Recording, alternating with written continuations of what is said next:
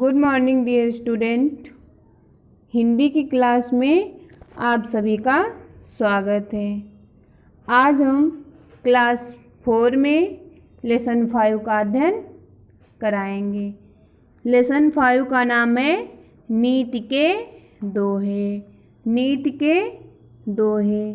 देखिए पहला दोहा क्या है।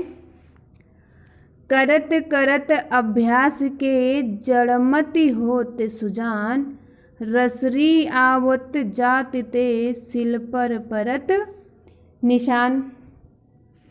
यानी कि कवि कहता है जिस प्रकार बार बार रस्सी के आने जाने से कठोर पत्थर पर भी निशान पड़ जाते हैं, उसी प्रकार बार बार अभ्यास करने पर मूर्ख व्यक्ति भी एक दिन कुशलता प्राप्त कर लेता है।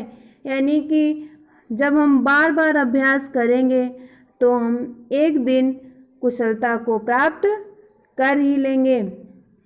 फिर देखिए है रूखा सूखा खाई के ठंडा पानी पीव, देखी पराई चौपड़ी मत ललचावे जीव। यानी कि फिर कवि कहता है जो कुछ भी जीवन में प्राप्त है, यानी कि आपको जो कुछ भी जीवन में प्राप्त है ईश्वर का दिया हुआ है, यानी कि ईश्वर का दिया हुआ है, उसी में प्रसन्न रहना ही जीवन में, उसी में प्रसन्न रहना ही जीवन में सुख संतोष का विषय होना चाहिए। तुम किसी और की समृद्धि को लेकर हृदय में जलन मत रखो। जो कुछ तुम्हें मिला है उसे अभिशाप ना मानो। रूखा सूखा ही खाके ठंडा पानी पी लो। रूखा सूखा ही खाके ठंडा पानी पी लो। फिर है विद्या धन उत्तम अहे, धन माया बेकार, अनपढ़ काहे जगत में नहीं कहीं निस्तार। अनपढ़ काहे जगत में नहीं कहीं निस्तार। देखिए इस पंक्ति में कवि ने बताया है, इस पंक्ति में बताया गया है कि जीवन में कुछ भी प्राप्त करने के लिए प्रयत्न करना जरूरी है। प्रयत्न करना जरूरी है। प्रयास करे बिना विद्या और ज्ञान नहीं मिलता। बिना प्रयास किए विद्या और ज्ञान नहीं मिलता। उसे प्राप्त करने के लिए अभ्यास और श्रम आवश्यक है। अभ्यास और श्रम आवश्यक है। जिस प्रकार पंखे को हिलाए बिना हवा नहीं मिलती है, जिस प्रकार पंखे को हिलाए बिना हवा नहीं मिलती है।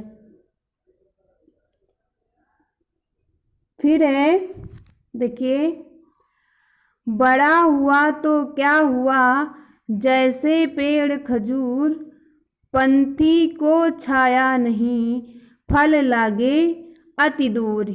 यानी कि है बड़ा हुआ तो क्या हुआ, जैसे पेड़ खजूर, पंथी को छाया नहीं फल लागे अति दूर। कबीरदास जी इस दोहे में कहते हैं, देखिए कबीरदास जी इस दोहे में कहते हैं कद में बड़ा होने से कोई बड़ा नहीं होता। यानी कि कद में बड़े होने से कोई भी व्यक्ति बड़ा नहीं होता है। व्यक्ति अपने तन मन धन और कर्मों से जब बड़ा होता है तब ही वह सही मायने में बड़ा कहलाता है। जब व्यक्ति तन मन धन और कर्मों से जब बड़ा होता है तब ही सही मायने में बड़ा कहलाता है, क्योंकि बड़प्पन उसके व्यवहार से दिखाता है। लेकिन जिसके पास यह गुण नहीं, उसके बड़ा होने का कोई फायदा नहीं। जैसे खजूर का पेड़ बहुत बड़ा होता है, खजूर का पेड़ बहुत बड़ा होता है, लेकिन वो किसी मुसाफिर को 2 पल की छाँव का सुख भी नहीं दे सकता। यानी कि उसके नीचे कोई भी बैठ जाए उसको छाँव नहीं मिलती।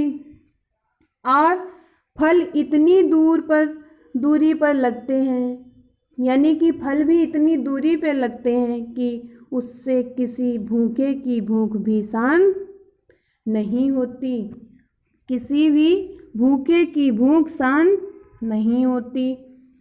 फिर है अतिका भला न बोलना, अतिकी भली न चूप, अतिका भला न बरसना, अतिकी भली न धूप। यानी कि कवि ने इस पंक्ति में कवि बताया है, ना तो अधिक बोलना अच्छा होता है, ना तो अधिक बोलना अच्छा होता है, और ना ही ज़रूरत से ज़्यादा चुप रहना।